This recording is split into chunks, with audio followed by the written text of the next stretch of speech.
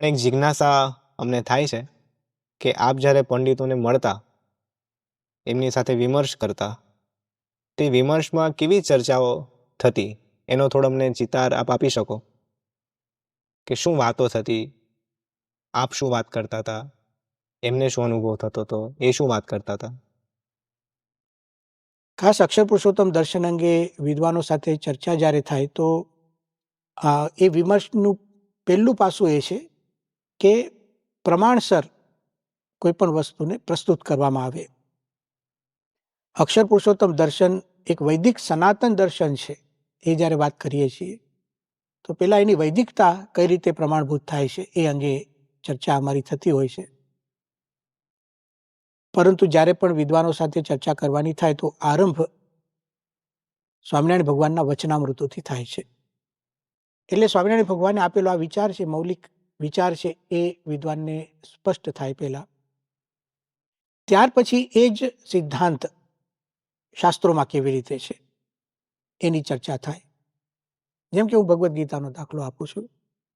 સ્વામિનારાયણ ભગવાને લોયાના 7મા વચનામૃતમાં બ્રહ્મભૂત પ્રસન્નાત્મા એ ગીતાનો શ્લોક કયો, પણ બ્રહ્મભૂત શબ્દનો અર્થ એમણે કર્યો કે જે બ્રહ્મરૂપ થાય છે એને જ ભગવાનની ભક્તિનો અધિકાર છે.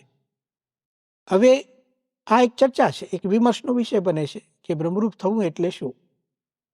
તો ભગવદ્ ગીતાના આધારે જ આ વાત સમજાવવામાં આવે. આ શ્રીમદ ભગવદ્ ગીતાના 8મા અધ્યાયમાં પહેલા શ્લોકમાં અર્જુનની જિજ્ઞાસા છે, કિમ તત બ્રહ્મ. તે બ્રહ્મ શું છે આ અર્જુને પૂછ્યું. કેમ અર્જુને પૂછ્યું? એનું પણ કારણ છે કે આની પહેલા બ્રહ્મ શબ્દનો પ્રયોગ કરીને ભગવાન શ્રી કૃષ્ણએ અર્જુનને અધ્યાત્મ વિદ્યા સમજાવી છે.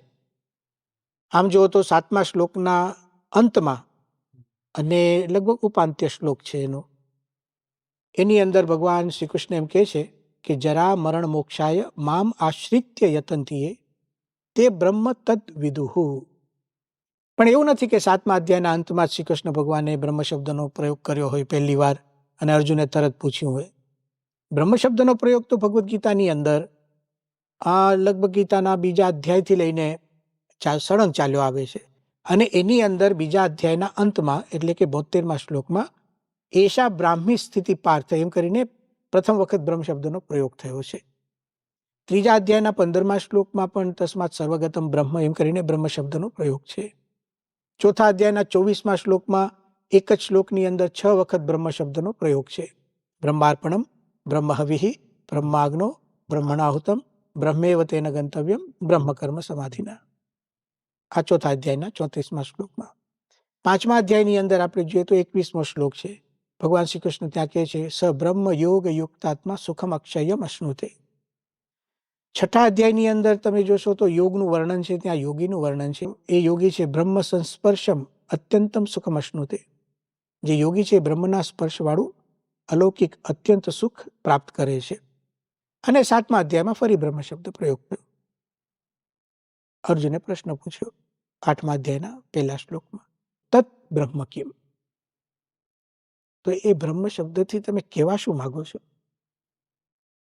કયા તત્વની વાત કરવા માંગો છો? તો ભગવાન કૃષ્ણએ ત્રીજા શ્લોકમાં એનો ઉત્તર આપ્યો છે, અક્ષરમ બ્રહ્મ. જે અક્ષર છે એ જ બ્રહ્મ છે.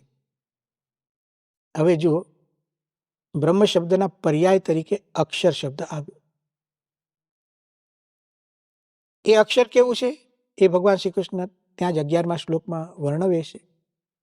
યદક્ષરમ વેદ વિદો વદંતી વિશંતિ યદ્યતયો વીતરાગાહ યદિચ્છંતો બ્રહ્મચર્યમ ચરંતી તત્તે પદમ સંગ્રહેણ પ્રવક્ષ્યે. જે અક્ષરનો મહિમા વેદના જાણકારો પણ ગાય છે અને જે અક્ષરમાં પ્રવેશ કરે છે, મુક્તો પ્રવેશ કરે છે, કેવા? વિશંતિ યદ્યતયો વીતરાગાહ. જેની વાસના નષ્ટ થઈ ગઈ છે એવા મુક્તાત્માઓ, વિશંતિ એટલે પ્રવિશંતિ, જેમાં પ્રવેશ કરે છે, જેને પામવા માટે લોકો બ્રહ્મચર્યનું પાલન કરે છે. એવું એક પદમ, એવું એક સ્થાનમ, એવી એક જગ્યા છે. ભગવાન શ્રી કૃષ્ણ કહે છે અર્જુન એની હું તને વાત કરું છું. એટલે જે બ્રહ્મ છે એ અક્ષર છે, અક્ષરનો આવો મહિમા છે.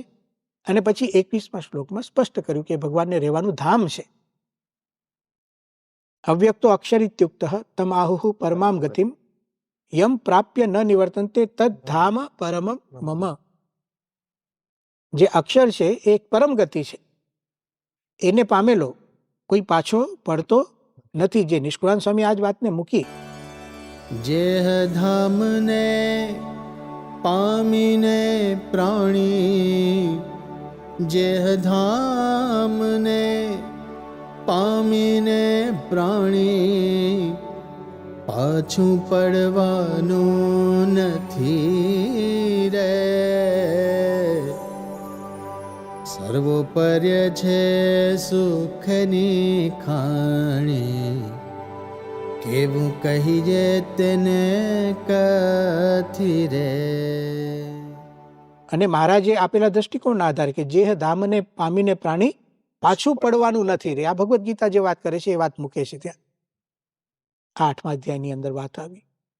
હવે એ જે અક્ષર શબ્દ છે એનાથી પણ પર એક તત્વ છે, એ ગીતાના 15મા અધ્યાયથી ખબર પડે છે. ગીતાના 15મા અધ્યાયના 3 શ્લોકો બહુ અગત્યના શ્લોકો છે, જેમાં ભગવાનને પુરુષોત્તમ કેમ કહે છે એ ભગવાન શ્રી કૃષ્ણએ સમજાવ્યું છે. તેમાં પુરુષોત્તમ, પુરુષ અને ઉત્તમ 2 શબ્દો છે. તેમાં પુરુષ શબ્દથી શું સમજવું, એનાથી ઉત્તમ એટલે કે શ્રેષ્ઠ, એનાથી પર, એ ભગવાન કઈ રીતે છે એ વાત ત્યાં 3 શ્લોકોમાં છે. 15મા અધ્યાયના 3 શ્લોકો 16, 17 અને 18. શબ્દો એવા છે એના: દ્વાવિમૌ પુરુષૌ લોકે ક્ષરશ્ચ અક્ષરે એવ ચ, ક્ષર સર્વાણી ભૂતાની કૂટસ્થ અક્ષર ઉચ્યતે. કે પુરુષ શબ્દથી 2 તત્વોને સમજવા, ક્ષર અને અક્ષર. ક્ષર એટલે શું? સર્વાણી ભૂતાની, જેને ક્યારેય પણ માયાનો યોગ થયો, માયાનું બંધન થયું, એ બધા જ આત્માઓ ક્ષર શબ્દથી કહેવાય, ક્ષર સર્વાણી ભૂતાની. અને જેને ક્યારેય પણ માયાનું બંધન નથી, માયાથી પર છે, જેને કૂટસ્થ શબ્દથી કહ્યું, એ અક્ષર છે. કૂટસ્થ અક્ષર ઉચ્ચતે. પણ આ તો પુરુષ શબ્દના અર્થમાં આવ્યા. ભગવાનને આ બંનેથી અલગ પાડ્યા. ઉત્તમ પુરુષસ્ત્વન્ય પરમાત્મા ઇતિ ઉદાહૃત. ઉત્તમ પુરુષ એટલે આનાથી ઉપર જે છે, પર જે છે, શ્રેષ્ઠ છે, એ તો બીજો જ છે, જુદો જ છે, એટલે ક્ષર અક્ષરથી જુદો છે, એને પરમાત્મા કહેવામાં આવે છે. અને પછી વધારે સ્પષ્ટ કર્યું 18મા શ્લોકમાં કે યસ્માત ક્ષરમ અતીતોહમ અક્ષરાદપી ચોત્તમ અતોસ્મી લોકે વેદે ચ પ્રથિત પુરુષોત્તમ. ભગવાન ક્ષરથી પણ પર છે અને અક્ષરથી પણ પર છે, એટલે એમને પુરુષોત્તમ કહેવામાં આવે છે. તો ક્ષર અક્ષરથી પર, પુરુષોત્તમ. તો આ જે અક્ષર પુરુષોત્તમ સિદ્ધાંત છે એને ગીતાથી જ્યારે વાત કરીએ અને વિદ્વાનો આ વાતને જ્યારે સાંભળે છે અને એટલું સરસ અને સરળ આ બધી અર્થઘટન છે આ બધું, કે એ લોકોને ખૂબ આનંદ થાય છે.